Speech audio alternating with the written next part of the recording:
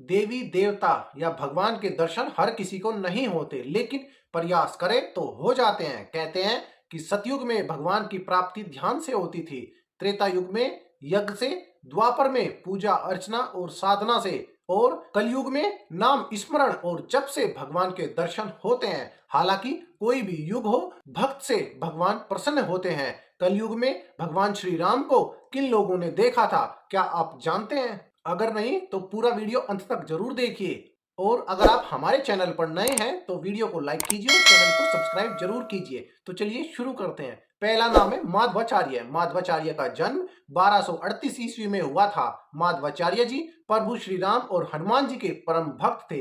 यही कारण था कि एक दिन उनको हनुमान जी के साक्षात दर्शन हुए थे। संत माधवाचार्य ने हनुमान जी को अपने आश्रम में देखने की बात बताई थी। दूसरा नाम है भद्राचलम रामदास। जी हाँ दोस्तों, भद्राचलम रामदास ने अब्दुल हसन तानशाह के कर के पैसे से भगवान राम के लिए एक मंदिर बनवाया। हालांकि रामदास का इरादा अच्छा था, फिर भी उन्होंने देश के कानून का उल्लंघन किया। रामदास को जेल हुई। फिर एक चमत्कार हुआ। भगवान राम ने रामदास की गहन प्रार्थनाओं का उत्तर दिया। राम जी और लक्ष्मण एक राजस्व अधिकारी के रक्षक के रूप में तैयार होकर राजा के पास गए और जुर्माने और खजाने की बकाया बड़ी राशि का भुगतान कर दिया। उन दोनों ने राजा से रामदास को रिहा करने के लिए कहा और गायब हो गए। जब रामदास को इसके बारे में पता चला तो उन्होंने राजा से कहा कि उन्होंने किसी को भी धन लेकर नहीं भेजा। तानशाह खुश थे कि उन्हें भगवान राम के दर्शन हुए, परंतु रामदास इस बात से बहुत दुखी थे कि भगवान राम और लक्ष्मण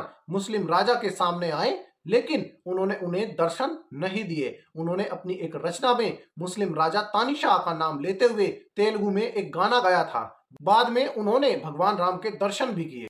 अगला नाम है बाबा रामदेव। इन्हें द्वारकाधीश का अवतार माना जाता है। इन्हें पीरों का पीर, रामसा पीर कहा जाता है। सबसे ज्यादा चमत्कारिक और सिद्ध पुरुषों में इनकी गणना की जाती है। हिंदू मुस्लिम एकता के प्रतीक बाबा रामदेव के समाधि स्थल रूनीचा में मेला लगता है, जहां भारत और पाकिस्तान से लाखों की तादाद में लोग आते हैं। विक्रम संवत 1409 को उड़ू कश्मीर बाड़मेर उनका जन्म हुआ था और विक्रम संवत 1442 में उन्होंने रूनीचा में जीवित समाधि ले ली। पिता का नाम अजमाल जी तंवर और माता का नाम मैनादे, पत्नी का नाम नेतलदे, गुरु का नाम बालीनाथ, घोड़े का नाम लालीरा असबार। कहते हैं कि उन्होंने सभी देवी देवताओं के दर्शन किए थे। अगला नाम है तुलसीदास जी का। तुलसीदास जी प्रभु श्री राम के अनन्य भक्तों में से एक हैं। उनकी भगवान दर्शन की कहानी भी अजीब है। एक प्रेत ने उन्हें हनुमान जी का पता बताया था। कहा था कि राम कथा के दौरान हनुमान जी वहां पर आते हैं, उनके पैर पकड़ लेना, वे आपको भगवान राम के दर्शन करवा सकते हैं। तुलसीदास जी ने यही किया। तुलसीदास जी उनके पैरों को जोर से पकड़ लिए और रोने लगे। अंत में हारकर कुष्ठी रूप में राम कथा सुन रहे हनुमान जी से भगवान के दर्शन करवाने का वचन दे दिया। फिर एक दिन मंदाकिनी के तट पर तुलसीदास जी चंदन घिस रहे थे। भगवान राम बालक के रूप में आकर उनसे चंदन मांग मांग कर लगा रहे थे। तब हनुमान जी ने तोता बनकर यह दोहा पढ़ा। चित्रकूट के घास पे भई संतनी भीर, तुलसीदास चंदन घिसे तिलक देत रघुवीर। बोलो सियावर रामचंद्र की जय। तुलसीदास जी दोनों बालकों को देखकर चौंक गए। वे जब तक कुछ समझ पाते तब तक तो रघुनंदन चले गए। तुलसीदास जी ने रामचरितमानस लिखने से पहले हनुमान चालीसा लिखी। इसके बाद हनुमान अष्टक, बजरंग बाण, हनुमान बाहुक आदि रचना ही उन्होंने ही लिखी। यह सब हनुमान जी की कृपा से ही संभव हो पाया। अगला नाम है राघवेंद्र स्वामी। जी हाँ दोस्तों, 1595 में जन्मे राम भक्त राघवेंद्र स्वामी माधव समुदाय के एक गुरु के रूप में प्रतिष्ठित हैं। उनके जीवन से अनेक चमत्कारिक घटनाएं जुड़ी हुई हैं। उनके बारे में कहा जाता है कि उन्होंने भी हनुमान जी के साक्षात दर्शन किए थे। वे भी हनुमान जी के परम भक्तों में से एक हैं। उन्होंने 1671 में मंत्रालयम में तुंगभद्रा नदी के तट पर जीवा समाधि में प्रवेश किया था। अगला नाम है संत त्यागराज।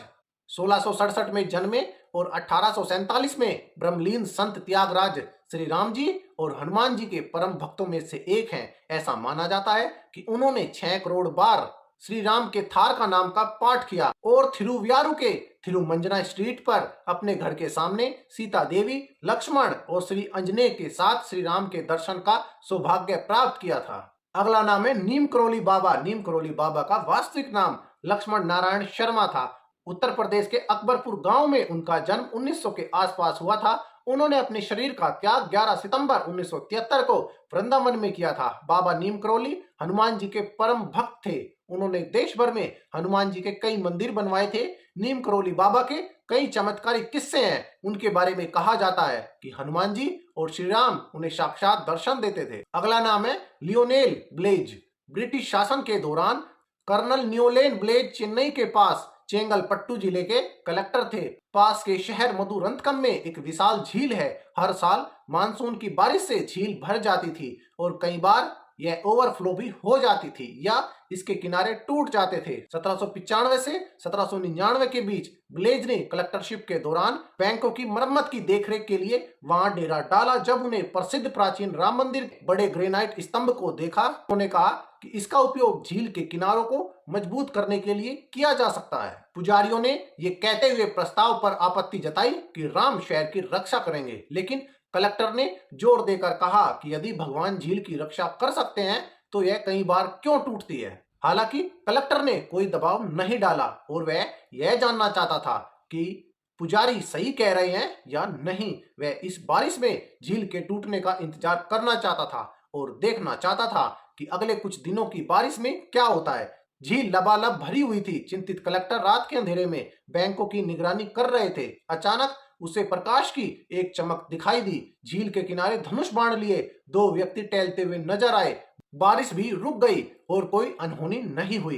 कलेक्टर को पता था कि यह भगवान राम और उनके भाई लक्ष्मण ही थे जो झील की रखवाली कर रहे थे। उन्होंने वो तस्वीरें स्थानीय मंदिर में देखी थी। मंदिर के शिलालेख में कलेक्टर ब्लेज का नाम है और मंदिर का नाम बदलकर तमिल में एरी कथा रामर रखा गया, जिसका अर्थ है राम जिसने झील को बचाया।